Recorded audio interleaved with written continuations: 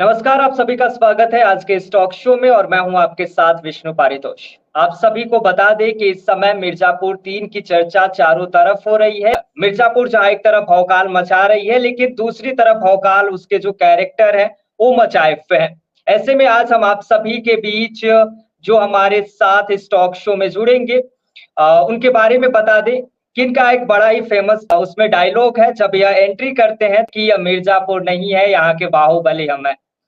वैसे में उमा दत्त का किरदार उन्होंने मिर्जापुर 3 में निभाया है और आप इन्हें रियल लाइफ में श्याम किशोर सर के नाम से जान सकते हैं। सर, आपका बहुत-बहुत स्वागत है आज के इस टॉक शो में। Thank you very much. सबसे पहले तो सर आप कैसे हैं और मिर्जापुर 3 के रिलीज होने के बाद से लोगों का कैसा रिएक्शन मिल रहा है? मैं बहुत अच्छा हूँ विष्णु और मिर्ज़ापुर 3 का रिस्पॉन्स बहुत अच्छा आ रहा है। लोगों को बहुत टाइम से इंतज़ार था इस सीरीज़ का और सीरीज़ में बहुत सारे कैरेक्टर्स को लोग एप्रिशिएट कर रहे हैं और ख़ासकर मेरे किरदार को भी बहुत सारे लोगों ने सराहा, बहुत सारे एक्टर्स, डायरेक्टर्स के भी फ़ोन कॉल्स आए मेरे पास कि एंट्री जो है मेरी बहुत ही मतलब अगर देखें तो बहुत सारे लोगों ने यूट्यूब पे इसके वायरल रील्स बना दिए हैं कि सबसे खतरनाक या सबसे भयानक सीन ऑफ मिर्ज़ापुर 3। तो जो एंट्री मिली है मुझे इस शो में वो बहुत ही अच्छी है। मुझे बहुत ही खुशी है इस बात से कि एक बड़े शो के साथ मैं भी जुड़ा हूँ। जी, जी। सर, कमाल की एंट्री होती है कि बार की हमको गुड्डू पंडित ने भेजा है, फिर उसके बाद आपकी एंट्री होती है और जो आप बोलते हैं कि ये मिर्ज़ापुर नहीं है, हम ही यहाँ के बाहुबली हैं। और लास्ट सीन में आप बोलते हैं वहाँ पे अ, कि महिला है इसलिए आपको हम छोड़ दे रहे हैं। तो उसके बाद से लोगों ने कमेंट में लिखा है कि पॉइंट ऑफ व्यू करके कि बाहुबली वही होता है जो महिलाओं पर हाथ नहीं उठाता है। वैसे में सर इसकी कास्टिंग कैसे हुई उमा दत्त की? तो कास्टिंग एजेंसी है कास्टिंग बे, उन लोगों ने इस पूरी सीरीज़ की कास्टिंग की थी, तो वहीं से मेरे पास भी कॉल आया था। तो मैं एक इंटरेस्टिंग सी चीज़ बताना चाहूँगा इस बारे में कि जब जी, जी। अभी तो मैंने थोड़ी-सी दाढ़ी रखी है, तो शायद मैं थोड़ा-सा लग रहा हूँगा बाहुबली जैसा, लेकिन मैं जनरली क्लीन शेवन ही रहता हूँ। तो मेरे पास मोस्टली जो रोल्स आते हैं वो थोड़े से सॉफ्ट स्पोकन, थोड़े कॉर्पोरेट लुक वाले या थोड़े डिसेंट सोबर लुक वाले ऐसे रोल्स मोस्टली मैंने किए हैं। तो ये रोल आया बाहुबली का तो मैंने कहा कि भाई तुम लोगों ने मुझे बाहुबली के लिए कैसे सेलेक्ट किया या कैसे बुला रहे हो? तो उन्होंने बोला नहीं, नहीं सर ये बाहुबली जो है वो थोड़ा डिफरेंट है। इसीलिए जो आपने बोला ना कि ये औरतों पे हाथ नहीं उठाता या छोड़ दे रहा है, तो ये बोला कि ये जो बाहुबली है बहुत ही रैशनल है, वो एकदम सोच के काम करता है। मतलब बाहुबली है, इसका भी टेरर उतना ही है, इसके अंदर भी उतना ही पावर है, लेकिन ये संतुलित है। ये किसी के भी पक्ष में नहीं है, ना ही गुड्डू पंडित के पक्ष में है, ना दूसरे पक्ष में है। ये अपनी राय बिल्कुल अलग रखता है, किसी से कोई मतलब नहीं जहाँ जो बात होगी वो करेगा। तो मुझे बड़ा अच्छा लगा कि हाँ भाई चलो ये तो एकदम सही किरदार लग रहा है और उन्होंने ये भी बोला कि आगे के भी सीज़न में ये किरदार रहेगा मोस्ट प्रोबेबली तो मैंने कहा कि ठीक है चलो करते हैं। जी, जी सर। सर सबके ज़हन में सवाल चल रहा है कि मिर्ज़ापुर 2 आ गया लेकिन मिर्ज़ापुर 3 आने में लगभग 4 साल का वक़्त लगा। तो ऐसे में मिर्ज़ापुर का जो अगला पार्ट है वो कब तक लोगों को देखने को मिलेगा? देखिए अब ये इस बारे में जो क्लियर पिक्चर है वो तो प्रोडक्शन टीम ही बता पाएगी लेकिन मुझे उम्मीद है कि इस बार इतना टाइम नहीं लगना चाहिए 2 साल के अंदर आपको ज़रूर देखने को मिलेगा मिर्ज़ापुर 4। होपफुली अभी स्क्रिप्टिंग का काम चालू हो गया है अगले सीज़न के लिए। तो टाइम लगता है क्योंकि लंबी सीरीज़ है आपको पता ही है इतने सारे कैरेक्टर्स हैं, इतने सारे एपिसोड्स तो सबकी प्लानिंग करनी पड़ती है, फिर शूटिंग होती है, फिर पोस्ट होता है, फिर उसके बाद डबिंग का सिलसिला चलता है। क्योंकि इतने किरदार होते हैं तो सबका टाइम मैनेज करना बहुत मुश्किल होता है। इस वजह से टाइम लग जाता है बहुत ज़्यादा। तो होपफुली 2 साल के अंदर ही मिर्ज़ापुर सीज़न 4 तैयार होगा और आपको देखने को मिलेगा। जी, जी सर।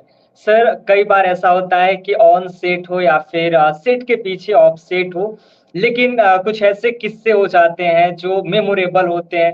सर मिर्ज़ापुर 3 की शूटिंग के दौरान कोई एक ऐसा वाक़या हुआ हो या फिर कोई ऐसा किस्सा जो आपको याद हो? किस्से तो 2-3 रहे जो इंटरेस्टिंग थे। अब क्या है कि इस शूटिंग के दौरान मैं एक और भी सीरीज कर रहा था। तो इसमें बहुत ही कट टू कट एकदम डेट्स को लेकर के जो थी, कई बार प्रोडक्शन के साथ तालमेल बिठाना शुरू-शुरू में मुश्किल हो रहा था, क्योंकि उसी दौरान मैं एक इंटरनेशनल सीरीज कर रहा था, जो इजिप्ट में शूट हो रहा था, जी, जी, सर। मिस्र में। तो वहाँ पे मैं मेन विलेन कर रहा था उस शो का भी, और उनके साथ मेरा एक्सक्लूसिव कॉन्ट्रैक्ट था, मतलब कि मैं वो सेट छोड़ के आ नहीं सकता था। लेकिन मिर्ज़ापुर की मेरी कास्टिंग हो गई, तो मैंने कहा कि ये भी बहुत बड़ा शो है और ये तो मैं करूँगा ही करूँगा, इसको भी नहीं छोड़ सकता। तो मैंने उन लोगों से रिक्वेस्ट की, तो उन्होंने बोला कि भई एज़ पर कॉन्ट्रैक्ट तो हम आपको जाने नहीं दे सकते, लेकिन चूँकि मेरा काम वहाँ पे भी उन लोगों को बहुत अच्छा लग रहा था, तो बोला ठीक है आप चले जाइए, लेकिन इस वादे के साथ कि जो डेट बोलेंगे एक भी दिन उसमें आगे-पीछे नहीं होगी। ये नहीं कि फिर वहाँ जाएँ शूटिंग में वो लोग डेट बढ़ा लें और फिर आप हमें यहाँ पे लटका दें। तो मैंने कहा नहीं, नहीं इसकी आप निश्चिंत रहें। तो अब चूँकि ऐसा था, तो मेरी डेट्स आने की और जाने की कन्फर्म थी। अब मिर्ज़ापुर की शूटिंग चल रही थी, हम लोग बनारस में शूट कर रहे थे, और ये आखिरी वाले एपिसोड का है जहाँ पे पंकज त्रिपाठी जी आते हैं और सबको मार देते हैं। पुलिस भी जहाँ जी, पे जी। आ जाती है। हुँ? तो वहाँ पे आपने अगर ध्यान दिया होगा तो मैं नहीं मरता हूँ। हुँ? मतलब मुझे जी, जी। मरता हुआ नहीं दिखा। तो उसमें जी, जी। हुआ यूँ कि उन्होंने जो डेट्स मेरे लिए थे, उस दिन रात हो गई थी काफ़ी ज़्यादा, और वो जो शूटिंग वाला जो सीन था, वो शूट करते-करते मैं हो तो गया, उन्होंने कर तो लिया है कंप्लीट, लेकिन डायरेक्शन टीम का कॉल आया कि इसको एक बार फिर से करेंगे हम लोग कल। जी, जी, जी। तो मैंने कहा कि कल का डेट तो मैं नहीं दे पाऊँगा, क्योंकि मुझे कल सुबह की फ्लाइट लेनी थी बनारस से मुंबई और फिर मुंबई से इजिप्ट। तो बोला सर मैनेज कर लीजिए कैसे भी। मैंने कहा ये कैसे भी मैनेज नहीं हो सकता, क्योंकि उधर भी मैं प्रॉमिस करके आया हूँ, वहाँ भी मुझे एयरपोर्ट से उतरते इजिप्ट में सीधे कायरो में सेट सेट पे ही जाना है। तो थोड़ी बहस भी हुई, थोड़ी-सी वो भी हुई। मैंने उनको बड़े ही कूलली समझाने की कोशिश की, भई देखिए मेरे हाथ में नहीं है, तो मैं क्या ही कर सकता हूँ इसमें। तो ख़ैर उनको भी समझ में आया, तो उन्होंने कहा कि ठीक है वी विल मैनेज, हम देखते हैं अगर सीन मतलब सीज़न 3 में ही इसका कैरेक्टर का एंड होगा या नहीं होगा, वो ओपन हो सकता है। और वो तो आप जानते ही हैं कि चाहे गोली लग जाए, इवन कालीन भैया को भी गोली तो लग गई थी सेकंड सीज़न में ही, तो लोगों जी, को जी। लगा कि शायद वो नहीं आएँगे थर्ड सीज़न में। लेकिन अगर कहानी इस तरीके से मोड़ लेती है और चेंज लेती है, और दिखाना होता है, अगर बुलाना होता है, तो वो तो कैसे भी बुला लेंगे। तो ये एक इंटरेस्टिंग वाक़या हुआ था, तो ये बड़ा मज़ेदार रहा। बाकी बहुत सारे और लोगों के साथ भी, क्योंकि इसकी शूटिंग मोस्टली मेरी लखनऊ और बनारस में हुई थी, तो वहाँ बहुत सारी नई छोटी-छोटी इंसिडेंसेस थी, मतलब खाने-पीने को लेकर, घाट पे जाने को लेकर, वो भी बड़ा अच्छा रहा। रात-रात भर शूटिंग हुई थी, तो बड़े अच्छे हमें वो घाट के दर्शन हो गए, जो कि लोगों को घाट के एकदम सामने-सामने दर्शन नहीं मिलते। वो भी एक अच्छी चीज़ रही। जी, जी, सर। सर आपने इस फ़िल्मी करियर की शुरुआत कैसे की और इस दौरान कौन-कौन सी चुनौतियाँ आई? फ़िल्मी करियर का शुरुआत मेरा 2007-8 में हुआ, जब मैं दिल्ली से मुंबई शिफ्ट किया था 2007 एंड में। तो मैं दिल्ली से आया था, तो दिल्ली में मैंने थिएटर की ट्रेनिंग ले ली थी, नेशनल स्कूल ऑफ ड्रामा में। तो अच्छा होता है कि वहाँ से आप अगर ट्रेनिंग करके आए, तो आपको ऑलमोस्ट सारी बारीकियाँ जो होती हैं अभिनय की, वो सिखा दी जाती हैं। और एक लंबा अरसा हम लोग बिताते हैं 3 साल इसी चीज़ को साधने में, एक्टिंग को ही साधने में, प्रैक्टिस करने में, बहुत सारे प्लेस करते हैं साथ में। साथ ही आते-आते मैंने वहाँ पे छोटे-छोटे कुछ प्रोजेक्ट्स कर लिए थे, तो थोड़ा-थोड़ा एक्सपीरियंस उस चीज़ का भी हो गया था। लेकिन मुंबई आने के बाद मुंबई का स्ट्रगल एक अलग ही किस्म का होता है, क्योंकि आप नए शहर में आ रहे हैं। यहाँ कोई गॉडफ़ादर नहीं होता है, क्योंकि मैं किसी फ़िल्मी बैकग्राउंड से नहीं आया था। हुँ? हमारे परिवार में इस फ़ील्ड में आने वाला मैं सबसे पहला इंसान था। तो पहले तो वो भी होती है परिवार वालों की आपत्ति कि भई क्यों जा रहे हो इस फ़ील्ड में? इस फ़ील्ड में कोई सिक्योरिटी नहीं है, कोई गारंटी नहीं है कि काम मिलेगा कि नहीं मिलेगा। तो मैंने कहा कि नहीं, मेरा इंटरेस्ट है और मैं करना चाहता हूँ और मैंने ट्रेनिंग ली है, तो मैं तो जाऊँगा ही। तो मैं जब बॉम्बे आया, तो शुरुआत में लगे कई 1-2 साल तो समझने में लग जाते हैं। फिर ये मिलने में धीरे-धीरे, क्योंकि शुरू-शुरू में आपको ऑडिशन के लिए नहीं बुलाया जाता है। शुरू-शुरू में आप अपना फ़ोटो देते हैं, प्रोफ़ाइल भेजते हैं, फिर टाइम लगता है, कई बार 3-3 महीने, 6-6 महीने, 8-8 महीने लग जाते हैं। एक भी कॉल आए बिना। और शुरुआत क्या, मैं अभी तक भी कोशिश करता हूँ कि सीरियल्स ना करना पड़े, सीरियल्स में मेरा कोई इंटरेस्ट नहीं था। तो मेरा फ़ोकस था फ़िल्मों पे। वेब सीरीज़ तो अभी शुरू हुई है, वेब सीरीज़ को शुरू हुए तो अभी 5, 6, 7 साल हुए हैं मुश्किल से। तो मैं ये बात बता रहा हूँ आपको तकरीबन 14-15 साल पहले की। तो शुरुआत में फिर एक फ़िल्म आई जो मुझे मिली, उसका नाम था शौर्य। शौर्य। तो समर खान जी ने बनाई थी और राहुल बोस उसमें हीरो थे। उसमें वही हुआ था कि मैं फ़ोटो छोड़ कर के प्रोडक्शन हाउस में आ गया। अब कई सारे प्रोडक्शन हाउस में फ़ोटो छोड़े तो मैं भूल भी गया कि कहाँ छोड़ा। तो तकरीबन फ़ोटो छोड़ने के 1 या डेढ़ महीने के बाद मेरे पास कॉल आई कि भई हम इस प्रोडक्शन हाउस से बोल रहे हैं, तो ऐसा-ऐसा रोल है। बहुत बड़ा रोल नहीं है लेकिन 2 या 3 सीन का रोल है, आप करना चाहेंगे? मैंने कहा कि भई मेरी तो शुरुआत ही हो रही है, बिल्कुल करना चाहूँगा। फ़िल्म करनी है, बॉलीवुड है, फ़िल्म है तो बिल्कुल। तो ख़ैर उन्होंने बुला लिया मुझे, फ़ोन पे ही समझा दिया और उनको पता था कि क्योंकि अच्छा एक्टर है, एनएसडी से आया है, तो अच्छी बात ये हुई कि उसमें मेरा ऑडिशन भी नहीं लिया गया। बिना ऑडिशन के ही वो किरदार मुझे दे दिया गया। तो वो किया मैंने, मज़ा आया। पहला पहला शूट था मेरा, मुझे याद है अपना गोरेगाँव फ़िल्म सिटी के अंदर शूट हुआ था उसका। तो बारिशों के ही दिन थे, आजकल के दौरान ही, और उसमें से ऑल्दो एक सीन तो कट गया, बचा एक ही सीन। तो वो एक सीन है शौर्य में, तो उसकी वज़ह से भी बहुत सारे लोगों ने मुझे पहचाना एंड मेरा एक स्टार्ट हो गया।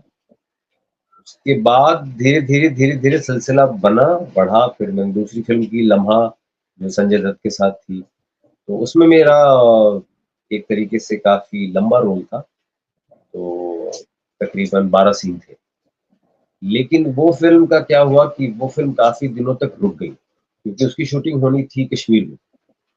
जी, और जी। कश्मीर में परमिशंस को लेकर के बहुत प्रॉब्लम होती है। तो पता चला मुझे कि मेरे सीन्स आने से पहले वहाँ पे संजय दत्त और बिपाशा बसु शूटिंग कर रहे थे, तो वहाँ पे कुछ प्रॉब्लम हुई और फिर वहाँ उन लोगों को वापिस आना पड़ा। तो उसके आने के बाद तकरीबन 5-6 महीने शूटिंग रुकी रही। तो उसके बाद फिर प्रेशर हो जाता है। कई बार ये होता है कि प्रोड्यूसर का प्रेशर होता है या डिस्ट्रीब्यूटर का प्रेशर होता है, भई फ़िल्म रिलीज़ करानी है जल्दी, इतना लंबा टाइम हो गया, पैसे वेस्ट हो रहे हैं। तो फिर उस दौरान में क्या हुआ कि बहुत सारे सीन जो शूट करने थे, वो वहाँ के हिसाब से वो तब्दील कर दिए गए, तो चेंज हो गई। तो बहुत सारा सीन एडिट पे हो गया। तो जहाँ मेरे 11-12 सीन थे, वहाँ से वो कट-कटा कर के मुश्किल से 2-3 सीन बचे और वो समझ लीजिए कश्मीर भी गोरेगाँव फ़िल्म सिटी में बना दिया। जी, तो जी। यहाँ गोरेगाँव फ़िल्म सिटी में थोड़ा जंगल का है, ठीक है, कुछ पोर्शन करके आ गए थे वहाँ से वो लोग। तो बट एज़ एन एक्टर मुझे लगा कि अरे वो अगर 12 सीन मेरे हो जाते, तो यहीं से करियर बन जाता, है ना? तो वो उस टाइम पे नहीं हो पाया, बट ठीक है, वो किया उसके बाद 2-3 और भी फ़िल्में की। एक फ़िल्म मैंने एज़ अ लीड भी की जो रिलीज़ नहीं हो पाई, जिसमें मैं था और सौरभ शुक्ला जी थे, उसमें विलेन थे वो, मैं हीरो था। वो साउथ में बनी थी, हैदराबाद में शूट किया था, लेकिन वो अभी तक रिलीज़ नहीं हो पाई है। हर एक के इश्यूज़ होते हैं कुछ अलग-अलग। एक और फ़िल्म की थी उसी दौरान मैंने जिसमें अतुल कुलकर्णी हीरो थे और मैं सेकंड विलेन था उसमें। वो भी फ़िल्म बाहर के फेस्टिवल्स में तो होके आ गई, लेकिन अभी तक रिलीज़ नहीं हुई है। फिर इनका दौर शुरू हुआ वेब सीरीज़ेज़ का। वेब सीरीज़ जो मेरे पास पहली आई थी, वो आई थी sacred games season 2। Okay. Sacred games भी बहुत बड़ा वो नाम है, जी, जी। पहली सीरीज़ इंडिया की वही रही है। सेक्रेड गेम सीज़न 2 में मेरे पास जब रोल आया तो बताया कि भई ये एक मतलब ऑलमोस्ट लाइक सेंट्रल कैरेक्टर है, जो कि तकरीबन 20-22 दिन आपकी शूटिंग होगी और आप कोर टीम के साथ होंगे। मैं वापस से बहुत खुश हुआ। चलो भाई कोर टीम में मैंने पूछा कौन-कौन से लोग हैं, तो उन्होंने बताया कि सैफ अली खान हैं, आमिर बशीर हैं, समीर कोचर हैं और चौथे आप होंगे। तो मैं बहुत खुश हो गया कि भई ये 4 लोगों के साथ मैं हूँ, तो इसका मतलब तो पूरी सीरीज़ में दिखूँगा। लेकिन शूट हुई वहाँ पे, 20-22 दिन हमने शूट किया। पूरी सीरीज़ की शूटिंग तो अप्रॉक्सिमेटली 50-55 दिन चली थी, लेकिन 20 दिन भी काफ़ी होते हैं और इस तरीके के कैरेक्टर तो मेरे तकरीबन वहाँ पे 38-40 सीन थे। जी, लेकिन फिर वही हुआ कि वहाँ सीरीज़ का लेंथ बाद में पता चला बहुत बड़ा हो गया। अब वहाँ भी एडिटिंग और कैंची चलनी शुरू हुई। तो फाइनली मेरे जो उतने सारे सीन थे उसमें से सब कट-कटा के मुश्किल से 5-6 सीन बचे। जो कि मैं कहीं 7 एपिसोड में होना था मुझे, इतने सारे सीन्स के साथ, वहाँ मैं मुश्किल से 3 एपिसोड में दिखा 5-6 सीन्स। तो वहाँ भी मतलब एक जो बड़ी उम्मीद थी कि भई यहाँ से तो 100% करियर एक अलग दिशा ले लेगा। लेकिन वही होता है कि जो ऊपर वाले को मंज़ूर होता है, वही होता है। तो वो वहीं पे रह गई, बट अच्छा रिस्पॉन्स रहा उसका, वहाँ से भी काफ़ी सारे लोगों की वो मिली।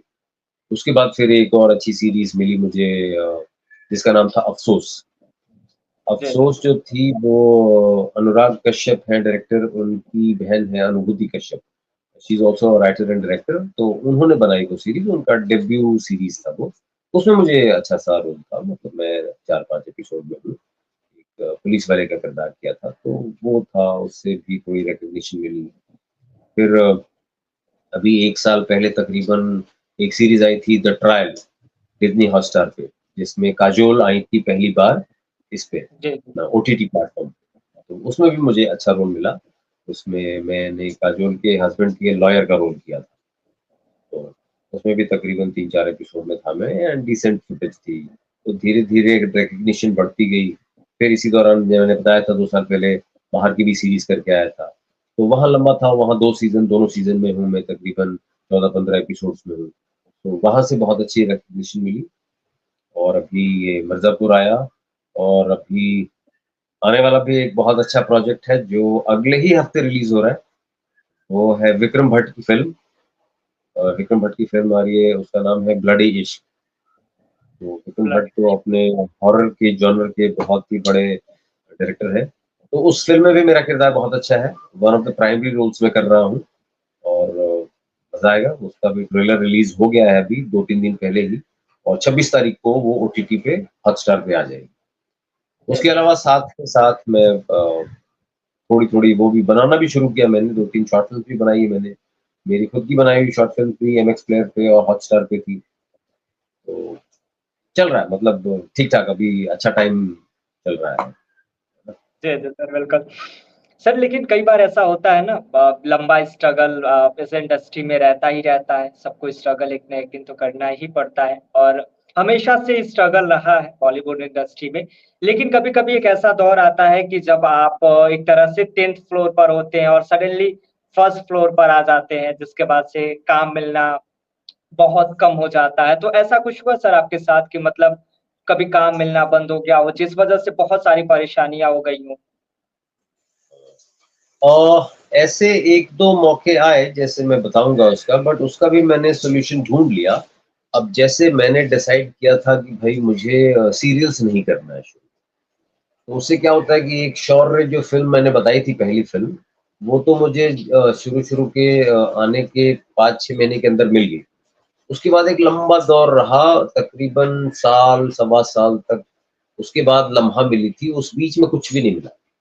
तो कई बार मन होता था कि भई सीरियल जाके कर लूँ क्या?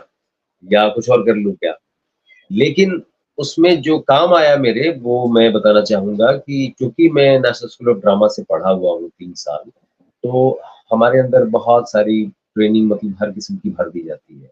एक्टर्स को सिखाने के लिए भी हम लोग सक्षम होते हैं। तो यहाँ पे बॉम्बे में बहुत सारे इंस्टीट्यूट्स हैं, जैसे व्हिस्लिंग वुड्स है, बालाजी का इंस्टीट्यूट है आइस, और भी कई सारे इंस्टीट्यूट्स हैं। तो मेरे पास इनमें से काम आने लगे।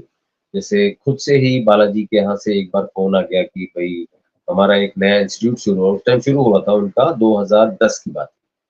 तो उन्होंने पूछा कि आप यहाँ पे पढ़ाना चाहेंगे? तो मैंने कहा कि भई ये तो अच्छा है, कम से कम मैं एक्टिंग से दूर नहीं जा रहा हूँ। क्योंकि मैंने ऐसे भी कई लोगों का स्ट्रगल देखा है, जो बेचारे एक्टिंग अगर बहुत टाइम तक नहीं मिल रहा है, तो उन्होंने कॉल सेंटर में भी काम किया है कई लोगों ने, कहीं और कुछ और काम भी किया है। मुझे कम से कम एक्टिंग से ही रिलेटेड एक्टिंग पढ़ाने का मौका मिल रहा था, तो मैंने कहा कि ठीक है।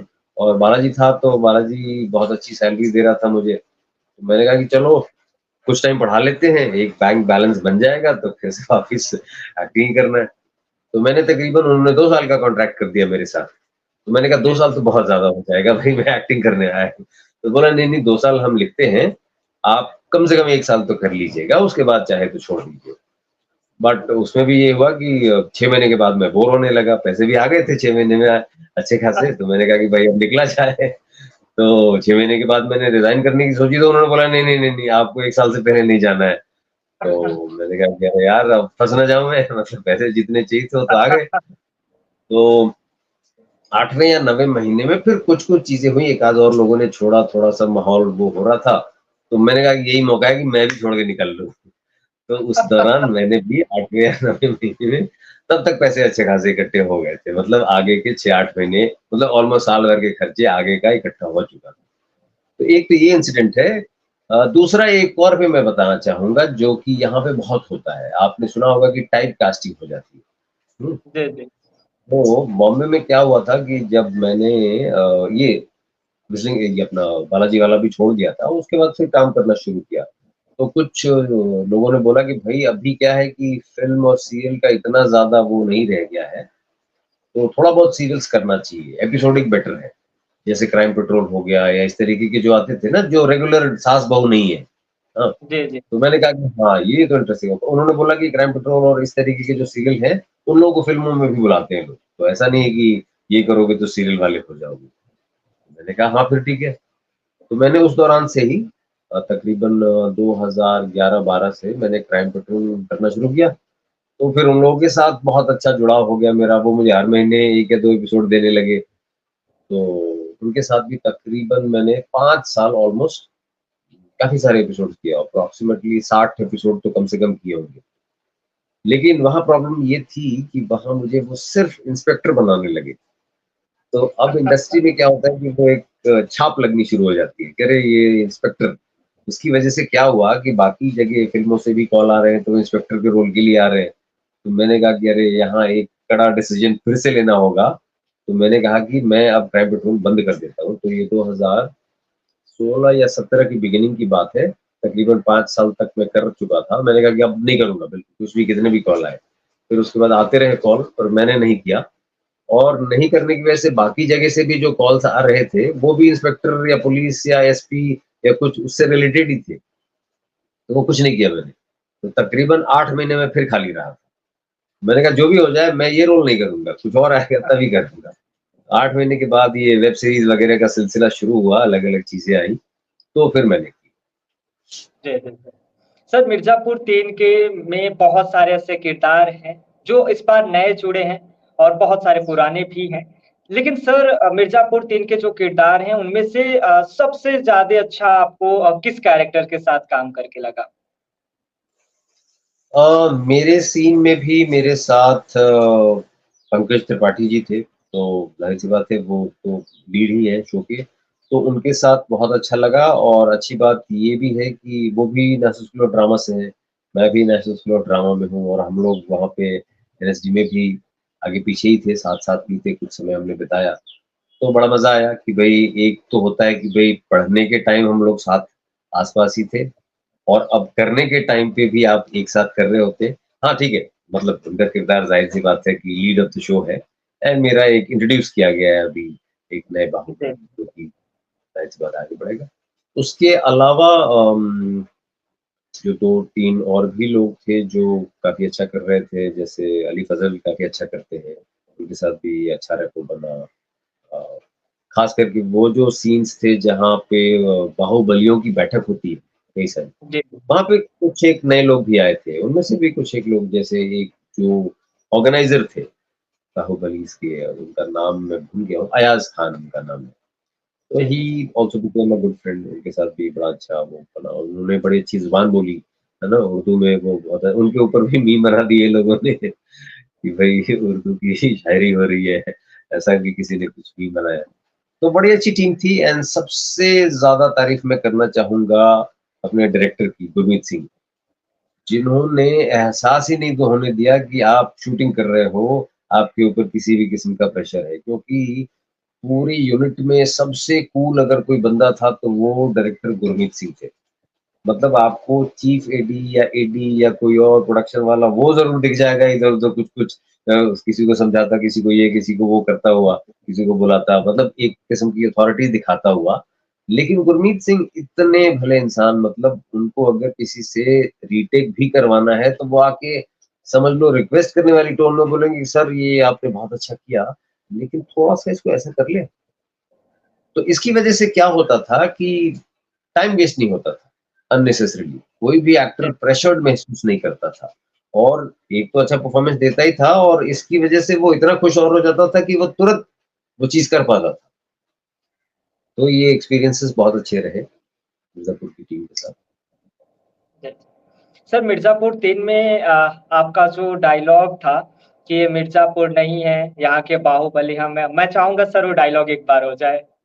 अच्छा, ये मिर्ज़ापुर नहीं है, यहाँ के बाहुबली हम हैं। कमाल का सर वो सीन था, लेकिन उसके बाद से जो आप एंट्री करते हैं, फिर वो सीन दिखाया जाता है कि गर्दन ही उड़ा दिया गया। वो जो सीन था एग्ज़ैक्टली ऐसा लगता है कि सच में वो कर दिया गया है। वो सीन बहुत सारे लोगों ने कमाल का वो सीन था, मतलब ऐसा लगता है कि हाँ, वास्तव में कि बाहुबली वाला एक कैरेक्टर है और ऐसे ही होता होगा। सर हम आपसे जानना चाहेंगे कि इस पूरे सीज़न में आपका फ़ेवरेट डायलॉग कौन-सा था? अ, देखिए मैं तो मेरा डायलॉग तो फ़ेवरेट है ही, बाद में बीच में एक कैरेक्टर और भी है क्या नाम है उसका? जो बहुत ही शेरो-शायरी वाला बोल रहा होता है बीच-बीच में। हाँ, हाँ, हाँ, हाँ, हाँ, कविराज साहब का न हाँ, हाँ, हाँ, हाँ, तो उसकी भी कुछ चीज़ें मुझे बहुत अच्छी लगी। हुँ, इवन जब पंकज त्रिपाठी आते हैं लास्ट में वो बोलते हैं कि भई एक अथॉरिटी वाली बात कि भई अभी मैं गया नहीं हूँ और डिसीज़न लेने वाला मैं हूँ, है ना? मैंने दिया नहीं था। हाँ, जब भी गुड्डू पंत के साथ की वो होती है। वो डायलॉग भी मुझे बहुत अच्छा लगा। और भी कई सारे हैं बट अभी एग्ज़ैक्ट याद करना मुश्किल है बट अच्छे बने हैं। ऑल्दो लोगों को उम्मीद नहीं थी कि इतना लंबा होगा 10 एपिसोड। पीपल वर एक्सपेक्टिंग कि शायद 8 ही एपिसोड होगा पिछली बार की तरह। लेकिन इस बार ज़्यादा मिला क्योंकि लंबा इंतज़ार था, तो इसलिए मेकर्स की तरफ से ये थी कि भई आप ज़्यादा देखो। जी, जी सर। सर आपका बहुत-बहुत धन्यवाद हमारे इस टॉक शो के साथ जुड़ने के लिए और आपने बहुत सारी बातें बताई और साथ ही मिर्ज़ापुर से जुड़े जो किस्से सुनाए, कमाल के किस्से थे। साथ ही जो आपकी एक्टिंग है वो कमाल की है, अभिनय आपने जो उसमें किया है कमाल का अभिनय है। सिर इसके लिए आपको बहुत-बहुत शुभकामनाएँ और आपकी आने वाली अपकमिंग फ़िल्म्स के लिए भी बहुत-बहुत शुभकामनाएँ। बहुत-बहुत धन्यवाद सर, आपका हमारे इस टॉक शो से जुड़ने के लिए। आपने हमारे इस ओके, टॉक शो के लिए समय निकाला इसके लिए। Thank you very much, my pleasure. धन्यवाद सर।